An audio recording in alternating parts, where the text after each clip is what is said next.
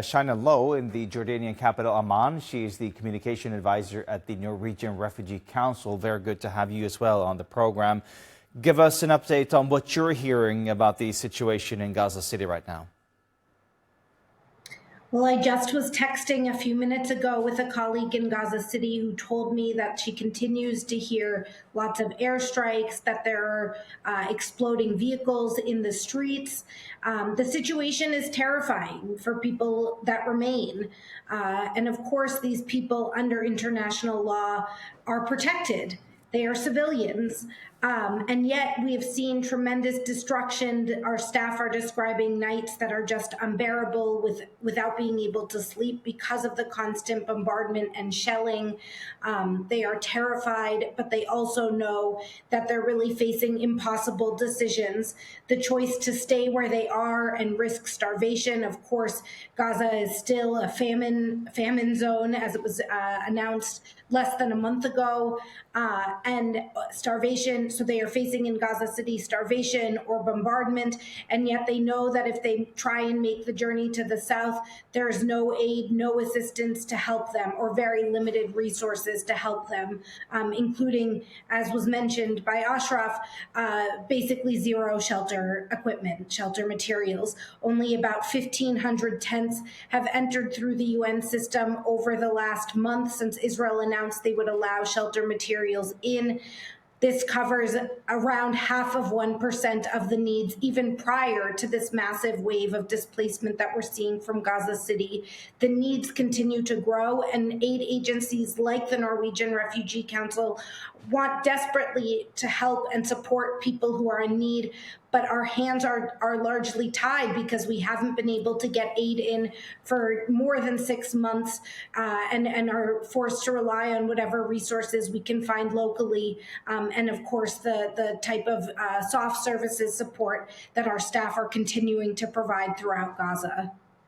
Now, Israel claims that they're going after Hamas. They claim that Gaza City is sort of the last stronghold of Hamas. And at the same time, they're pretty much squeezing the population out of Gaza City. It's almost like they're being sandwiched. They're coming from different directions, telling people, or actually forcing them away from the city. Do you think this is an okay way to conduct a military operation when they're going after Hamas and putting these people through these kind of conditions? Well, of course, civilians must be protected. Israel has, as you know, issued blanket relocation or displacement orders for all of Gaza City. But what they haven't done is, one, found secure and safe routes for people, guaranteed safe routes for people to flee. We've heard stories of people being killed trying to make the journey south. They have not ensured that conditions for the displaced populations are suitable and can support the basics to support human life. The conditions, as one colleague continues to describe it to me, the conditions in the south are not suitable for animals, let alone people.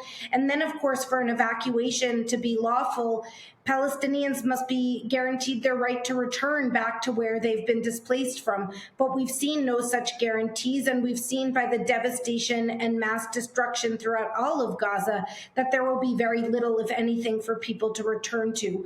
We've seen 65,000 people, more than 65,000 people killed over the last 2 years. That's a gross underestimate considering the number of people who are buried under the rubble and who have not yet been identified. And so this seems to be, it's clear, it's a disproportionate attack. The amount of civilian loss, the targeting of civilian infrastructure, residences, schools, shelters, hospitals is completely disproportionate. Time and again, we've been calling out Israel for these atrocities. We've seen the UN Commission of Inquiry just this week issue a report determining that Israel is committing genocide in Gaza.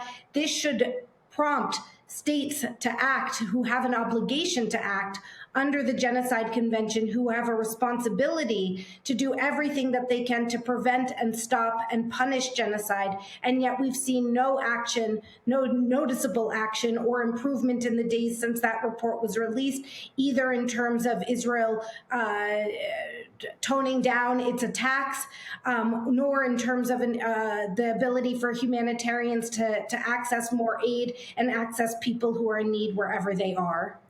Shaina Low from the Norwegian Refugee Council, thank you so much for joining us. We hope that your staff still in Gaza City stay safe and that you're able to still communicate with them. We know that phone lines have been down on and off. Thank you so much for your time.